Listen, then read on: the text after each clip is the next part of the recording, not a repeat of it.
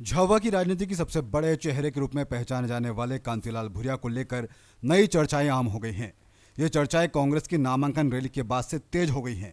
दरअसल क्या कांतिलाल भूरिया राजनीति से रिटायर्ड होने वाले हैं, ये सवाल अब उठने लगा है। हालांकि इस तरह के सवाल 2019 के उपचुनाव में बोरी में चुनावी मंच से दिग्विजय सिंह के भाषण के बाद भी उठने लगे थे, जब दिग्विजय सिंह ने कहा था कि कांतिलाल भूरिया की आखिरी चुनाव है। झाबुआ विधानसभा से कांग्रेस उम्मीदवार विक्रांत भूरिया की नामांकन रैली में कांग्रेस के दो वरिष्ठ नेताओं ने ऐसी बात कह दी कि कांतिलाल भूरिया के राजनीतिक कैरियर को लेकर चर्चाओं का दौर आम हो गया है। विक्रांत भूरिया की नामांकन रैली में कांग्रेस के वरिष्ठ नेता और धार जिले के प्रभारी निर्मल मेहता और झाबुआ जिले के प्रभारी हामिद काजी ने कांतिलाल भूरिया को अपनी विरासत विक्रांत को सौंपने की बात कही। इतना ही नहीं, कांतिलाल भूरिया की अनुमति भी ली गई। पहले आप सुनिए कि दोनों नेता मंच से क्या कुछ कह रहे हैं और किस तरह उन्होंने कांतिलाल भूरिया से भी हाथ खड़ा करवाया। हम सब जिता के भेजेंगे।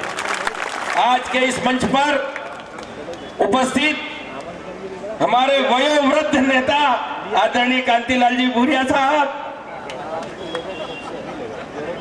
और अब तो वयोवृद्ध कहना ही पड़ेगा, हमारा बेटा अब आगे आ गया है। जी की कांतिलाल भूरिया जी की विरासत आज सभी आप लोगों की उपस्थिति में आप लोगों को साक्षी रखकर विक्रांत भूरिया के हाथ में हम देने जा रहे हैं। आप लोगों की अनुमति है तो हाथ उठाकर अनुमति दो।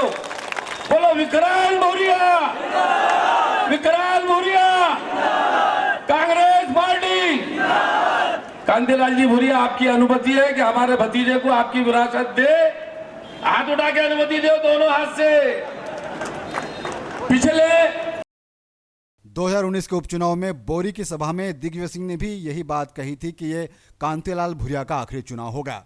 हालांकि बोरी सभा में दिग्विजय सिंह के बयान की याद जब भी कांतिलाल भूरिया को दिलवाई जाती है तो वे मुकर जाते हैं और बीजेपी से लंबी जंग के लिए हमेशा तैयार रहने की बात कहते हैं। नामांकन रैली के मंच से कही गई बात पर जब निर्मल मेहता से सवाल पूछा गया तो वे ये तो मानते हैं कि कांतिलाल भूरिया को लंबा समय हो चुका है, लेकिन राजनीति में अगला कदम क्या होगा भूरिया का, वे भूरिया पर ही छोड़ते हैं। नामांकन रैली में आपने मन से घोषणा की थी कि भूरिया जी अपनी विरासत विक्रांत को सौंप रहे हैं।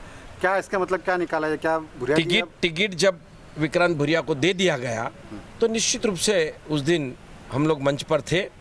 अब भूरिया जी की भी एक उम्र हो गई है, 45-50 वर्षों तक उन्होंने कांग्रेस की सेवा की, कांग्रेस के शिखरतम तक वो पहुँचे, इस क्षेत्र का विकास किया।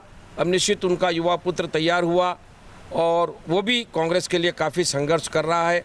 अब पिछले अध्यक्ष जब बना मध्य प्रदेश युवक कांग्रेस का, तब से लेकर अभी तक उसने सड़कों पर इस सरकार भाजपा की सरकार के खिलाफ लड़ाइयाँ लड़ी है, तो उसका भी हक तो बनता ही था। लेकिन ये निर्णय हाईकमान का था और हाईकमान ने जिसको भी उचित समझा टिकट दिया है।